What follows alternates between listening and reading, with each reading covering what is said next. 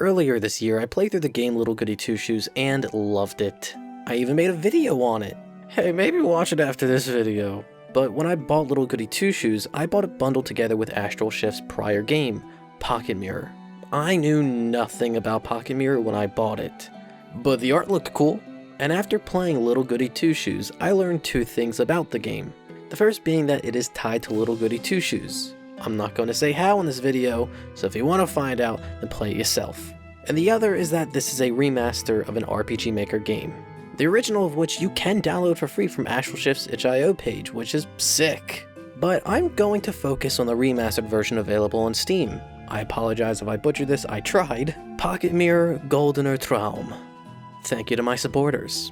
If you would like to support me and the channel, you can do so on Patreon. Link on screen and in the description. If you do, you'll be thanked in the videos, be able to watch them a week early, as well as gain access to bonus videos. When you start the game, the protagonist, a young girl, wakes up with only a pocket mirror in her hand. She also wakes up without her memory, not even knowing her own name, nor even a reflection. That's fucking weird, the hell's up with that? You're very quickly given control of the girl, able to interact with your surroundings and walk around. Very orthogonal walking. I was kind of blindsided by the beautiful visuals that I forgot I was playing an RPG Maker game, not gonna lie. When I think of RPG Maker, I always think of something that looks like Eve or Yume Nikki. But don't let the presentation fool you, this is hard and fast an RPG Maker game, and it feels like one too. Because of the lack of 8-directional movement, don't bother with analog sticks if you play on gamepad like I do. Stick to the D-pad.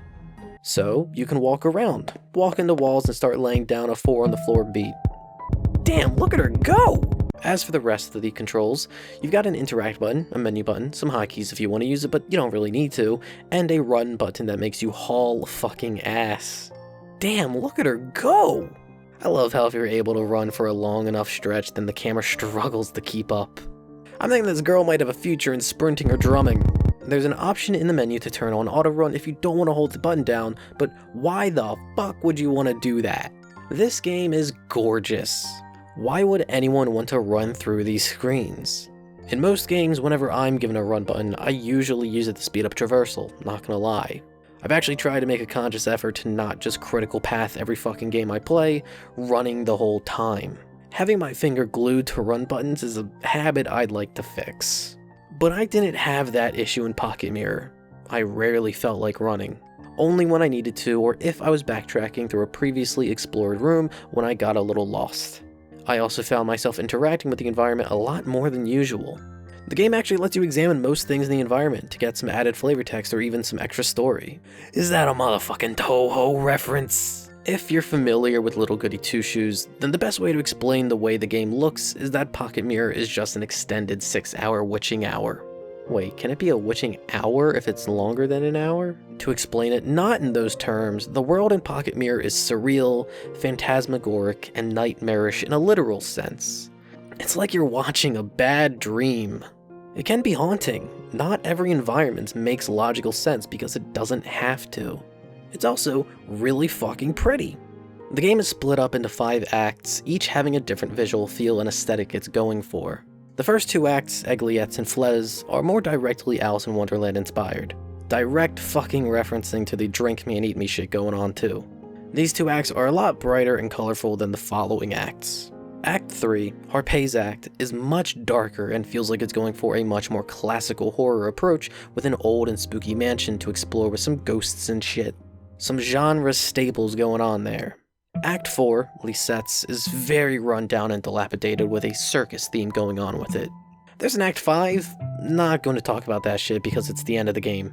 As you go through the game, the protagonist will meet a handful of characters on her journey and each act is broken up by which character is the central focus. The main characters being Fleta, Harpay, and Lisette. I mentioned Egliette, but she's kind of an accessory to Fleta. But these 3 characters have very differing and distinct personalities from each other. Fleta is childish, selfish, and bratty as shit. She wants the protagonist as a friend and playmate, but it can often feel like she's treated more as a plaything. Harpay is protective, prideful, and caring. She's got that motherly feel, both the good and bad aspects as she can be occasionally overbearing. And then there's Lisette. This bitch aggressive, violent, and harsh to the protagonist. Through the interactions of the cast, the protagonist is able to learn not just about these three girls, but also about herself. The writing of these interactions between the protagonist and the other girls is well done. The game is not forward at all with who these characters are and what their deals are. Like, the protagonist doesn't go up to Harpay, for example, and outright say, "Damn bitch, you're being too overprotective of me." Everyone's personality and personal issues aren't directly written and told to you, but it's still very clear with the way it's written. Each of these three girls have a good and bad ending to their acts. If you do the good choices, you get a regalia for your efforts, each containing a letter to the protagonist's name. A game of literal self-discovery, if you will. I really like this gimmick of the name being slowly revealed to you over the course of the game.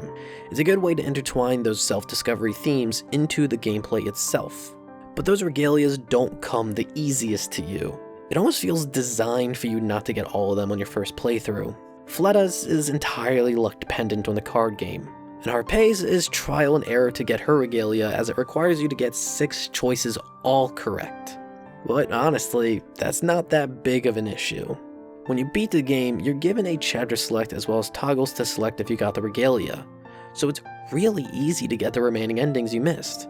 It's very generous. In between all the story, Pocket Mirror is a pretty straightforward horror adventure game.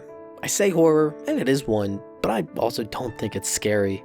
I also don't get that scared playing horror games to begin with, and everyone's got different tolerances for horror, so keep that in mind. The horror here is mostly vibes and atmosphere with a couple set pieces here and there that's fucking sick as shit. Some awesome visuals going on there. I actually liked the mirror chase scene with the fucked up camera, that shit was great. But yeah, Pocket Mirror is more focused on the narrative as well as beautiful and striking imagery than it is trying to make you scream so hard you shit your pants. Okay, so when exploring, you're going to run into the occasional puzzle. Some of these are fine. The colored flutes and the witch trial puzzles I liked. Both of them had very logical solutions that can be worked out. Then you've got some other ones like the murder mystery one, which is some bullshit. I still don't understand how you're able to legitimately answer that without just guessing and trial and error. As far as I can tell, there's no way to logically deduce the answer to this specific puzzle. Regardless, I still think Pocket Mirror is a cool game. It's a very pleasant, short experience, something I very much appreciate. Much as I love a good 60-hour RPG and long as fuck games like that, I also love short games that just get their message across then just fucking end. Some real quality over quantity shit right there. But that's the thing, the best way I can describe my experience with Pocket Mirror is good and pleasant. Certainly not as glowing and full of praise as I would describe my time with Little Goody Two Shoes, and I think a major reason why is because I played Little Goody Two Shoes first. I already mentioned I didn't know the games were connected when I first played through Little Goody Two Shoes, and because of that, a lot of the mystery going on in Pocket Mirror was nullified. Some of the major revelations I already knew because Little Goody Two Shoes told me them. It's possible I would have loved not just Pocket Mirror more, but also Little Goody Two Shoes had I played them Pocket Mirror first. At the same time, I don't know if Pocket Mirror would have been on my radar if it weren't for my interest in Little Goody Two Shoes. Maybe it would have, but that's a question I'll never know the answer to. Regardless of all that, I'd still recommend playing through Pocket Mirror, even if, like me, you already went through Little Goody Two Shoes first. And if you haven't, even better. Now you've got 2 great games ahead of you to fall in love with.